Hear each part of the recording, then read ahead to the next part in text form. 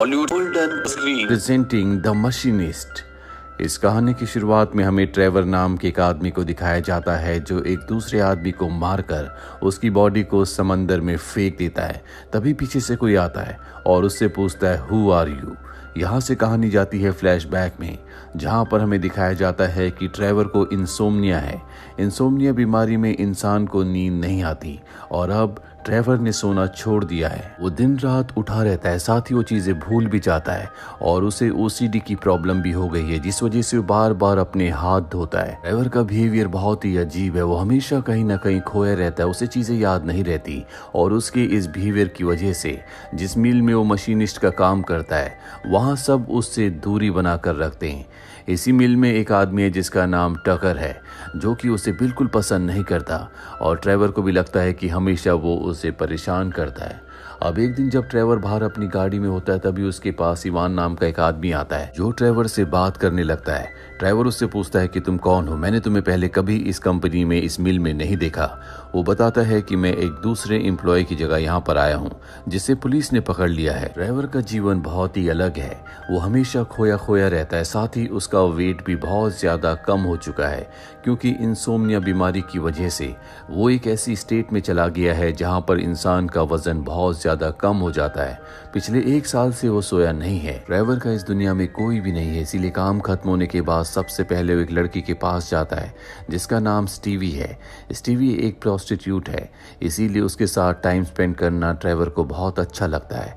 और इसके बाद वो जाता है एयरपोर्ट, जहाँ पर रोज वो कॉफी पीता है। दरअसल यहाँ की जो वेट्रेस है जिसका नाम मारिया है, हमेशा वही उसे कॉफी देती है और ट्रेवर उसे टिप भी देता है। ट्रेवर अगले दिन जब अपनी मिल में जाता है तो वहाँ पर उसका एक कोलीग उसे अपनी हेल्प करने के लिए बुलाता है और जब वो मशीन में उसकी हेल्प कर रहा होता है तभी ट्रेवर देखता है कि सामने इवान है जो उसे अजीब से इशारे कर रहा है जैसे कि वो ट्रेवर को मारना चाहता हो। ट्रेवर का ध्यान भटक जाता है और मशीन का गलत बटन दबा देता है जिससे उसके कोलीग का हाथ कट जाता है। वो सबको बताना चाहता है कि ये इवान की वजह से हुआ है, लेकिन जब वो सामने देखता है तो वहां पर इवान नहीं होता। ट्रेवर को कुछ समझ नहीं आता कि ये सब क्या हुआ, इवान कहाँ चला गया। ट्रेवर वापस अपने घर पर आ जाता है और जब वो फ्रिज के पास जाता है तो देखता है कि वहां पर एक नोट किसी ने चिपका दिया है, जो नोट बहुत ही अजीब होता है। इस बारे में पूछने के लिए वो अपनी लैंडलॉर्ड के पास जाता है और पूछता है क्या कोई घर पर आया था। उसकी लैंडलॉर्ड कहती है कि नहीं, मैंने तुम्हारे घर पर किसी को भी आते हुए नहीं देखा। अगले दिन जब ट्रेवर मिल में जाता है तो इंश्योरेंस वाले उससे पूछताछ करते हैं। दरअसल वो उसी एक्सीडेंट के बारे में पूछताछ कर रहे होते हैं जिसमें उसके कोलीग का हाथ कट गया था। ट्रेवर कहता है कि ये सब कुछ इवान की वजह से हुआ है, जो हमारी मिल में नया एम्प्लॉय है, उसने मेरा ध्यान डाइवर्ट किया था। मिल का मालिक कहता है कि इस नाम का कोई भी आदमी हमारी मिल में काम नहीं करता। सबको पूरा यकीन हो जाता है कि ट्रेवर की दिमागी हालत ठीक नहीं है। ट्रेवर मिल से निकल जाता है और उसे अब पूरा यकीन हो चुका है कि जितने भी लोग उसके आसपास हैं वो उसके खिलाफ है, वो उसके खिलाफ साजिश कर रहे हैं। इसीलिए सीधा वो एयरपोर्ट जाता है जहाँ पर वो मारिया से मिलता है। वो मारिया से बहुत सारी बातें करता है क्योंकि मारिया से बातें करना उसे अच्छा लगता है, उसे रिलीफ मिलता है। वो मारिया को बताता है कि वो इस दुनिया में अकेला है। मारिया कहती है कि मैं मदर्स डे पर अपने बेटे के साथ अम्यूजमेंट पार्क जाऊंगी, अगर तुम चाहो तो तुम भी हमारे साथ आ सकते हो। ट्रेवर कहता है कि मैं जरूर आऊंगा। ट्रेवर जब घड़ी में टाइम देखता है तो 1:30 हो रहे होते हैं। खास बात यह होती है कि जब भी वो मारिया से मिलने के लिए आता है घड़ी में हमेशा 1:30 ही हो रहा होता है। ट्रेवर इसके बाद चला जाता है और तभी रास्ते में एक लाल रंग की कार देखता है जिसमें इवान होता है। ट्रेवर इवान से कहता है कि मैं तुमसे बात करना चाहता हूँ और अब ये दोनों के दोनों एक बार में जाते हैं जहाँ पर ट्रेवर कहता है कि तुम्हारी वजह से मेरे कोलीग का हाथ कट गया और साथ ही हमारा जो ओनर है उसे विश्वास ही नहीं होता कि तुम हमारी मिल में काम करते हो। इवान कहता है कि मुझे वो सब नहीं पता, उस दिन एक्सीडेंट तुम्हारी वजह से हुआ था, तुम्हारा ध्यान नहीं था। और अब इवान यहाँ से वॉशरूम जाता है और जब वॉशरूम जाता है तो वो अपना वॉलेट वहीं पर छोड़ देता है, जिससे ट्रेवर चेक करता है। उसमें उसे एक फोटो मिलती है जिस फोटो में इवान उस फायर वेल्डर के साथ होता है जिस फायर वेल्डर के बदले यहाँ इवान काम करने के लिए आया है। और अब ट्रेवर को सब कुछ समझ में आ जाता है, उसके साथ जो कुछ हो रहा है वो उस फायर वेल्डर की वजह से हो रहा है। इसीलिए उसे कॉल करता है और बताता है कि मुझे पता चल गया है कि मेरे साथ जो कुछ हो रहा है वो सब तुम ही करवा रहे हो। अब ट्रेवर वापस अपने घर आता है और देखता है कि फ्रिज पर आज भी एक नोट है। उस नोट के आखिरी वर्ड्स होते हैं ER और शुरू के वर्ड्स नहीं लिखे होते। वो समझ जाता है कि ये किसी का अधूरा नाम है, लेकिन जल्दी वो इस पहेली को सुलझा लेता है। दरअसल ये होता है टकर, जो उसके साथ उसी की मिल में काम करता है, जो उस पर कई तरह के ब्लेम भी लगा चुका है। ट्रेवर समझ जाता है कि टकर उसे मिल से निकलवाना चाहता है। अगले दिन मदर्स डे होता है, इसीलिए मारिया और उसके बेटे के साथ अम्यूजमेंट पार्क जाता है, जहाँ पर ये बहुत इंजॉय करते हैं। और जब ट्रेवर मारिया के बेटे के साथ रूट 666 में, जो कि एक फन राइड होती है जो कि बहुत ही हॉरर है, उसके अंदर जाता है तो मारिया के बेटे की तबीयत खराब हो जाती है। ट्रेवर उसे उठाकर बाहर लाता है और इसके बाद वो मारिया और उसके बेटे को उनके घर छोड़ने के लिए जाता है।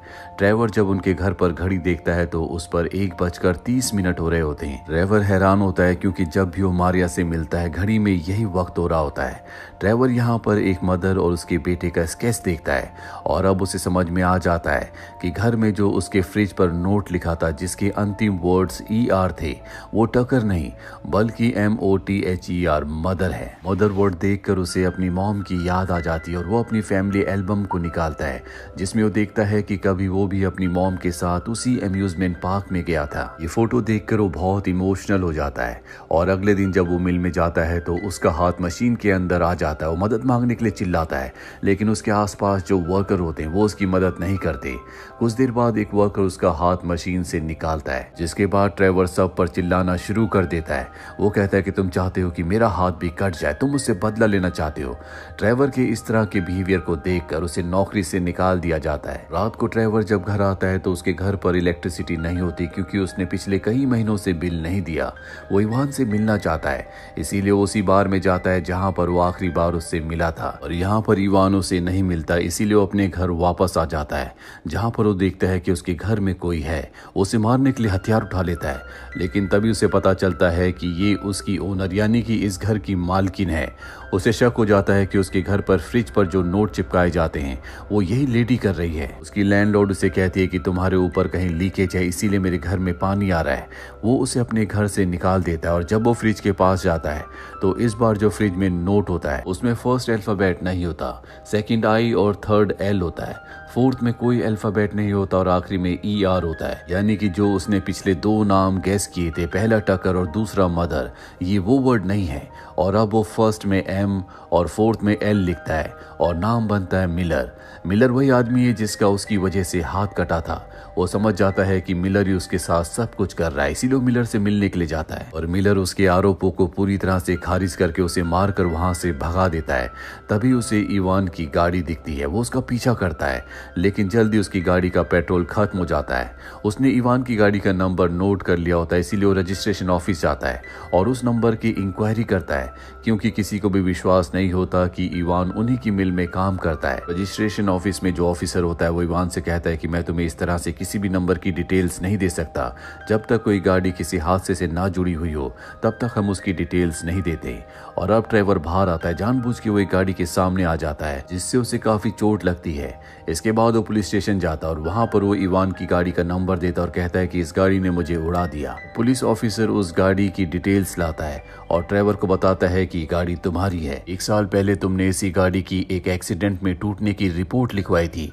पुलिस वालों को उस पर शक हो जाता है, वो उससे पूछताछ करना चाहते हैं, इसीलिए ट्रेवर वहां से भाग जाता है। वहां से भागने के बाद वो सीधा स्टीवी के पास जाता है जिसे वो पसंद करता है, जिसके घर वो हर रात को जाता है और वहां पर वो देखता है कि स्टीवी ने उसी फोटो को फ्रेम कर रखा है जो उसने इवान के वॉलेट से निकाल ली थी, जिसमें इवान के साथ वो दूसरा फायर वेल्डर भी है जो पहले इवान की जगह काम किया करता था। उसे यहाँ पर स्टीवी पर भी शक होने लगता है। वो कहता है कि तुम भी मेरे दुश्मनों के साथ मिलकर मेरे खिलाफ साजिश कर रही हो, इसीलिए तुमने इस फोटो को फ्रेम करवाया है जिसमें इवान पुराने फायर वेल्डर के साथ है। स्टीवी उसकी बात सुनकर हैरान हो जाती है। वो कहती है वो इवान नहीं बल्कि तुम हो, तुम उस पुराने फायर वेल्डर के साथ हो। ट्रेवर उसकी कोई बात नहीं सुनना चाहता, इसीलिए वो उसे घर से निकाल देती है और अब ट्रेवर सीधा उस रेस्टोरेंट में, उस कॉफी हाउस में जाता है जहां पर मारिया काम करती है जो एयरपोर्ट पर है। लेकिन वहां पर आज मारिया नहीं होती बल्कि दूसरी वेट्रेस होती है। ट्रेवर उससे पूछता है कि मारिया कहाँ है। वो कहती है कि यहाँ पर मारिया नाम की कोई भी लड़की काम नहीं करती, पिछले 1 साल से मैं ही तुम्हें हर रात को कॉफी देती हूँ। ट्रेवर समझ जाता है कि ये भी उन लोगों के साथ मिली हुई है, इसीलिए वहां से निकल जाता है और तभी उसे इवान की गाड़ी दिखती है। वो उसका पीछा करता है। इवान गाड़ी को ट्रेवर के घर के पास ही रोकता है और जब वो गाड़ी से उतरता होता है तो उसके साथ मारिया का बेटा भी होता है जिसे वो ट्रेवर के घर ले जाता है। ट्रेवर ये देखकर डर जाता है, उसे लगता है कि कहीं मारिया के बेटे को मार ना दे और उसका इल्जाम उसके ऊपर ना आए, इसीलिए वो जल्दी से अपने फ्लैट में आता है। वो देखता है कि वहां पर इवान तो है लेकिन मारिया का बेटा नहीं है। वो मारिया के बेटे को आवाज लगाता है लेकिन उसे कोई भी जवाब नहीं मिलता, जिसके बाद वो इवान के ऊपर हमला कर देता है और उसे मार देता है। और यहाँ पर अब ट्रेवर होश में आता है, उसे याद आता है कि इवान के वॉलेट से जो उसने फोटो निकाला था जिसमें इवान उसके साथ काम करने वाले फायर वेल्डर के साथ था, दरअसल उस फोटो में फायर वेल्डर के साथ इवान नहीं बल्कि वो खुद था जब वो उसके साथ फिशिंग करने के लिए गया था। उसे कुछ भी समझ नहीं आता कि उसके साथ क्या हो रहा है, इसीलिए इवान की बॉडी को कारपेट में लपेटकर वो समंदर के किनारे ले जाता है और जब वो कारपेट खोलता है तो उसके अंदर इवान नहीं होता। तभी पीछे से एक आदमी आता, उसके चेहरे पर टॉर्च चमकाता और पूछता है हु आर यू।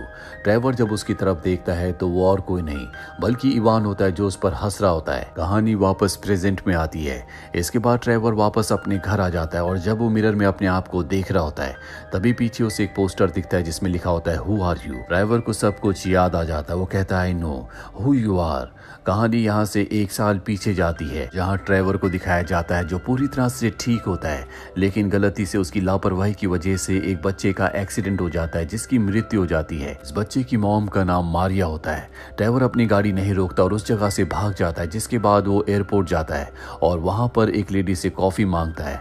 दरअसल अब उसके दिल में गिल्ट आ चुका है क्योंकि उसकी वजह से एक बच्चे की मृत्यु हो चुकी है और इसी गिल्ट की वजह से उसे इंसोम्निया हो जाता है जिसमें उसे नींद नहीं आती। साथ ही उसे बहुत सारी अलग अलग बीमारियां भी हो जाती है जिससे उसका वेट बहुत ज्यादा कम होना शुरू हो जाता है। इस एक्सीडेंट का उसके दिल और दिमाग पर इतना गहरा असर पड़ा होता है कि बहुत हद तक वो अपने आप को भी भूल चुका है। हर रात को एयरपोर्ट के उसी कॉफी हाउस में जाता है जहां पर वो एक्सीडेंट के बाद गया था। वहां पर वो वेट्रेस से बहुत बातें करता है क्योंकि वो वेट्रेस को मारिया के रूप में देख रहा होता है क्योंकि कहीं ना कहीं वो अपने गिल्ट को कम करना चाहता है। साथ ही मारिया और उसके बेटे के साथ जिस अम्यूजमेंट पार्क में गया था दरअसल वो उसकी बचपन की यादें थी। वो अपनी मॉम के साथ उस पार्क में गया था। साथ ही वो मारिया के बेटे को जिस रूट पर जिस राइड पर ले गया था जिसका नंबर 666 था, दरअसल ये उस रोड का नंबर था जहां पर उसने मारिया के बेटे का एक्सीडेंट किया था। साथ ही इवान इस दुनिया में एग्जिस्ट नहीं करता। दरअसल इवान उसका गिल्ट था जो बार बार उसके सामने आता था और उसे याद दिलाता था कि उसने क्या किया है। उसके घर पर फ्रिज पर जो नोट्स होते थे वो और कोई नहीं बल्कि ट्रेवर खुद ही लगाता था जिसे बाद में वो भूल जाया करता था। पिछले 1 साल से वो नहीं सोया पर अब ट्रेवर ने सब कुछ एक्सेप्ट कर लिया। उसे सब कुछ याद आ चुका है। वो रियलिटी वर्ल्ड में वापस लौट चुका है। इसके बाद नोट में जो अल्फाबेट्स मिसिंग होते वो उन्हें पूरा करता है और वर्ड बनता है किलर, यानी कि वो एक खूनी है। वो तय कर लेता है कि वो पुलिस के आगे सब कुछ कन्फेस कर लेगा। वो पुलिस स्टेशन जाता और सब कुछ एक्सेप्ट कर लेता है कि कैसे 1 साल पहले उसने एक एक्सीडेंट किया था जिसमें एक बच्चे की मृत्यु हो गई थी। और अब वो इवान को देखता है जिसे वो फाइनल गुड बाय कहता है, यानी कि उसका गिल्ट जो उसके सामने था अब उसकी दुनिया से जा चुका है। इसके बाद हमें ट्रेवर को दिखाया जाता है जो एक सफ़ेद कमरे में बंद है, यानी कि वो एक लॉकअप में है। और 1 साल बाद इवान यहाँ पर सोता है क्योंकि अब वो अपने गिल्ट से बाहर आ चुका है। हमारी जिंदगी में कभी कभी ऐसे अपराध हो जाते हैं जिससे हम कभी भी बाहर नहीं आ पाते, जिससे हम भागते हैं। वो अपराध ऐसे होते हैं जिन्हें हम अपने आप को अकेले में बताना नहीं चाहते, लेकिन इन चीज़ों से भागना नहीं चाहिए बल्कि सच्चाई का सामना करना चाहिए, अपनी गलती को एक्सेप्ट करना चाहिए। और जब हम ऐसा करते हैं तो हम हमेशा गिल्ट से फ्री रहते हैं और एक बेहतर जिंदगी जीते हैं। तो ये थी पूरी कहानी द मशीनिस्ट की। उम्मीद करते हैं कि ये कहानी आपको पसंद आई होगी।